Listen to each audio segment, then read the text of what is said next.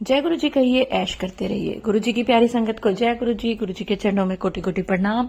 ओम नमः शिवाय, शिव जी सदा सहाय। ओम नमः शिवाय, गुरु जी सदा सहाय। संगत जी, आज ये सत्संग सुनने के बाद आपकी फाइनेंशियल प्रॉब्लम, आर्थिक समस्या, पैसों की तंगी बहुत हद तक दूर होने वाली है। गुरु जी किसी ऐसी संगत को ब्लेस कर रहे हैं जिनके हस्बैंड की जॉब नहीं है, जिनको पैसों की बहुत टेंशन हो रही है, और गुरुजी आपकी ये तंगी दूर कर रहे हैं। और आप जब भी ये तंगी दूर हो उसी समय आप एक शुक्राना सत्संग शेयर करें मेरे साथ कि हाँ जी आंटी, ऐसे ऐसे पैसों की तंगी एकदम से दूर हो गई, हमें तो समझ ही नहीं आया। ये आपके साथ होने वाला है। गुरुजी आपके साथ ये चमत्कार करने वाले हैं। एक और थॉट है गुरुजी का किसी संगत के लिए कि वो कोई नया काम शुरू करने वाले हैं और उनको समझ नहीं आ रहा कि वो दो काम में से कौन सा शुरू करें। तो गुरुजी का थॉट आपके लिए है कि आप दोनों जो काम है उनको पर्ची पे लिखें, गुरुजी के सामने हाथ जोड़ें और वो पर्ची गुरुजी के सामने डाल दें। और फिर गुरुजी आंखें बंद करके गुरुजी का मंत्र जाप करते हुए जो पर्ची निकले आप वो काम करें। और अगर ये सत्संग आपके लिए है तो आप कमेंट्स में जरूर लिखें। तो चलिए संगत जी, अगर आप वो संगत हैं तो गुरुजी आपका कल्याण करने वाले हैं। वैसे भी गुरुजी के साथ जुड़ गए हो तो कल्याण रोज ही होते हैं, बस आपको समझ नहीं आती कई बार कि ये कल्याण हो रहा है। अगर कोई चीज नहीं हो रही उसमें भी कल्याण होता है। अगर आप मेरे चैनल पे नए हैं तो चैनल को सब्सक्राइब करें, वीडियो को लाइक करें, वीडियो को ज्यादा से ज्यादा शेयर करें और अपना शुक्राना सत्संग भेजने के लिए स्क्रीन पर चल रहे नंबर पर आप मुझे अपना शुक्राना सत्संग भेज सकते हैं। शुक्राना सत्संग वो भेजें जिसमें कि गुरुजी ने आपके साथ कोई कल्याण किया है, और जब संगत सुने तो उसको लगे कि ये कल्याण आपके साथ हुआ है तो उनके साथ भी हो सकता। तो चलिए संगत जी, मैं आपको एक आंटी का बहुत ही अच्छा प्यारा सा शुक्राना सत्संग सुनाती हूँ।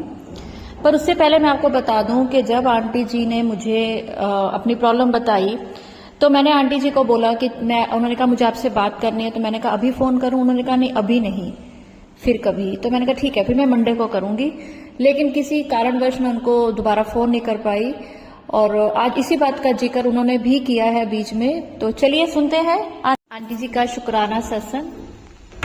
आंटी जी, आज से कुछ एक दिन पहले आपने सत्संग आया था कि तू ये सत्संग सुन तो मैं तुझे साक्षात दर्शन दूंगा, और मैंने इसी खुशी के साथ उस सत्संग को पूरा सुना कि हाँ गुरुजी मुझे पूर्ण रूप से दर्शन देंगे।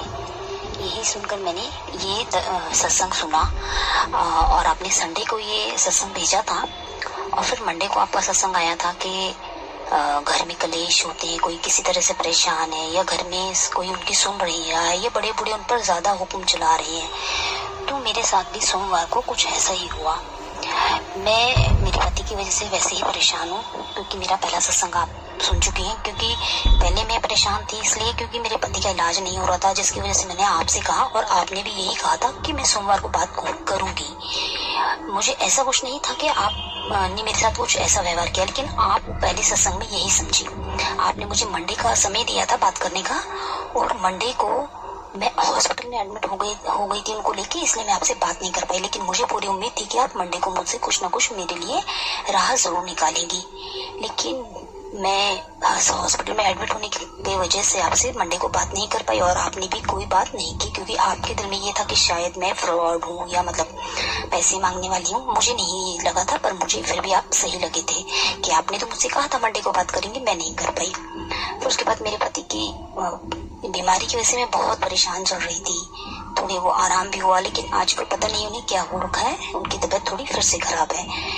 अब मेरे घर में हुआ ये कि जो आपने सत्संग भेजा था कि मैं सत्संग तो मेरे साथ बहुत सारे हुए, लेकिन मैं हर सारे सत्संग नहीं शेयर कर रही थी, और गुरुजी का मैसेज आ रहा था मेरे पास दोबारा से कि सत्संग शेयर कर।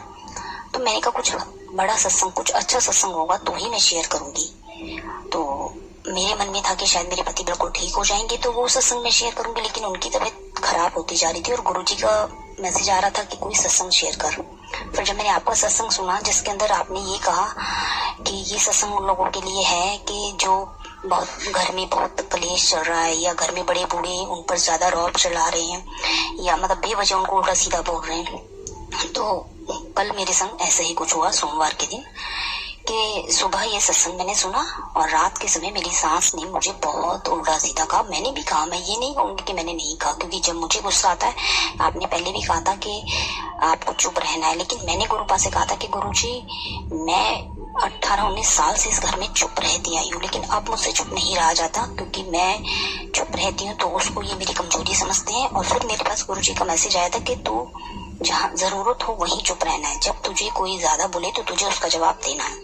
तो मैंने भी खूब उल्टा सीधा बोला, मैंने भी बोला, और उन्होंने भी मुझे कुछ ऐसे शब्द कहे कि जो मुझे बहुत चुभे। फिर मैं रात को रोती रही और मैं गुरुपा से कहने लगी, अगर आप गुरुजी नहीं, मैं आपको गुरुपा के नाम से पुकारती हूँ, और अगर सच में मेरी ही गलती है, क्योंकि कोई भी झगड़ा होने के बाद मुझे ऐसा लगता है कि जैसे मेरी ही गलती थी, तो अगर मेरी ही गलती है तो गुरुपा मुझे बताइए, और अगर मेरी गलती नहीं है तो आप मेरे साथ हैं, तो आप मुझे बताइए कि मैं क्या करूं। तो उस रात में रोते रोते सो गई। जब मैं रात को सोई तो मैंने स्वप्न में देखा, मेरे को ड्रीम आया कि गुरुपा मेरे घर आए हैं और मेरे हस्बैंड मेरी सास के कमरे में सोए हुए थे, वो वहीं पे जाकर बैठ गए पिंक चोले में, और मुझे जैसे ही, और मैं अपने कमरे में सोई हुई थी, सामने से मुझे वो रूम दिखाई देता है, तो मेरी एकदम निगाह गई तो मैंने गुरुपा को देखा नहीं।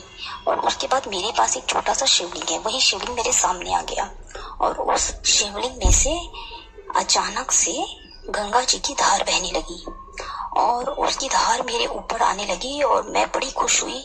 और मैंने सामने देखा कि गुरुजी बैठे हैं, तो मैं जोर जोर से चिल्लाने लगी, गुरुजी आ गए, गुरुजी आ गए, गुरुजी आ गए। और उधर शिवलिंग में से जल जो है लबालब निकले जा रहा है, मतलब इस तरह से धार बह रही है। फिर मैंने उस शिवलिंग को, मतलब जैसे वो ऊपर से है, अपने आप ही बीच में हवा में है, मैंने उस शिवलिंग को हाथ में लिया, तो मैंने देखा कि उसमें एक छोटा सा सुराग है जिसमें से जल निकल रहा है। उसको लेके मैं पूरे घर में घूम रही हूँ और उस पर जल ही जल निकल रहा है, लेकिन जैसे ही मैं अपनी सांस वगैरह सबके पास लेके गई, उसमें से जल निकलना बंद हो गया और मेरी आंख खुल गई, और मैं इतनी खुश हुई कि मैं आपको बता नहीं सकती। तो मुझे गुरुपा के इस तरह से दर्शन पहली बार हुए, ड्रीम दर्शन, और ऐसे दर्शन जो मैंने कभी नहीं सोचे थे कि गुरुपा ने अपने और महाशिव दोनों के मुझे दर्शन कराए, और उसमें से गंगा की बहती हुई धार के स्नान भी मुझे करा दिया। ऐसे है मेरे गुरुपा, और अब तो मेरा विश्वास पक्के से पक्का डबल हो गया कि गुरुजी मेरे साथ हैं, बिल्कुल हैं, और मैं गलत नहीं हूँ, ये विश्वास उन्होंने मुझे दिलाया है। ऐसा सत्संग मेरे साथ कई बार हुआ है, लेकिन मैंने कभी कोई सत्संग शेयर नहीं किए। जय गुरुजी, जय संगत जी। आंटी जी, थोड़ा सत्संग मैंने जल्दी में शेयर किया है, इसीलिए मैं शुरू में भी ढंग से नहीं स्टार्ट कर पाई, इसीलिए मैं अब अंत में कहना चाहती हूँ, गुरुजी के मंत्र के साथ इसे विराम करना चाहती हूँ। ओम नमः शिवाय, शिवजी सदा सहाय। ओम नमः शिवाय, गुरुजी सदा सहाय। ओम नमः शिवाय, शिवजी सदा सहाय। ओम नमः शिवाय, गुरुजी सदा सहाय। बहुत ही अच्छा सत्संग आंटी। गुरुजी ने इतने प्यारे आपको दर्शन दिए हैं कि अब तो आपको सारी चीजें भूल जानी चाहिए कि कौन आपके साथ क्या व्यवहार करता है। गुरुजी ने आपका हाथ पकड़ा हुआ है, गुरुजी आपके साथ, मतलब ये एक बहुत ही बड़ा सत्संग है, बहुत ही बड़ा। तो चलिए एक आंटी जी का मैं आपको और छोटा सा प्यारा सा उनकी मम्मा का सत्संग सुनाती हूँ। ओम नमः शिवाय, शिव ही सदा सहाय। ओम नमः शिवाय, गुरुजी सदा सहाय। ओम नमः शिवाय, शिव ही सदा सहाय। ओम नमः शिवाय, गुरुजी सदा सहाय। संगत जी, मैं आप सब के साथ अपनी मम्मी का छोटा सा सत्संग शेयर करना चाहूंगी। संगत जी, मैंने अपने बहुत दिनों से सोचा था कि मैं गुरुजी के बर्थडे वाले दिन हमारे घर में जो बाबा जी का स्वरूप है, उनका खुला पाठ रखा हुआ था, मैंने उसका समापन करूंगी। पाठ सारा हो चुका था लगभग, बस 9वें महीने के श्लोक रह गए थे, तो मैंने सोचा कर लूंगी। पर अचानक उन दिनों में हमारे घर में मेरे भैया भाभी का आना हो गया। उसी दिन सुबह का एक फंक्शन का संदेशा भी आ गया। बहुत ही सोच में थी कि मेरी पाठ का समय कैसे निकल पाएगा, पर संगत जी, गुरुजी ने अपनी मेहर करके उस दिन मेरे पाठ का समापन करने में मेरी इच्छा की पूर्ति की। मैं सुबह सुबह जल्दी उठ के सब काम करके अपना पाठ भी कंप्लीट कर पाई, और फंक्शन पर भी हो आई। उस दिन गुरुजी ने मेहर करके अपने मंदिर में भी मेरी हाजिरी लगवा दी। गुरुजी आपका बहुत बहुत शुक्राना। सदा इसी तरह मेरे सिर पर हाथ रखकर सभी काम करवाते रहना। ओम नमः शिवाय। शिव सदासाय। ओम नमः शिवाय। गुरुजी सदासाय। मैं अपने सत्संग को यही विराम देती हूँ। जय गुरुजी। शुक्राना गुरुजी।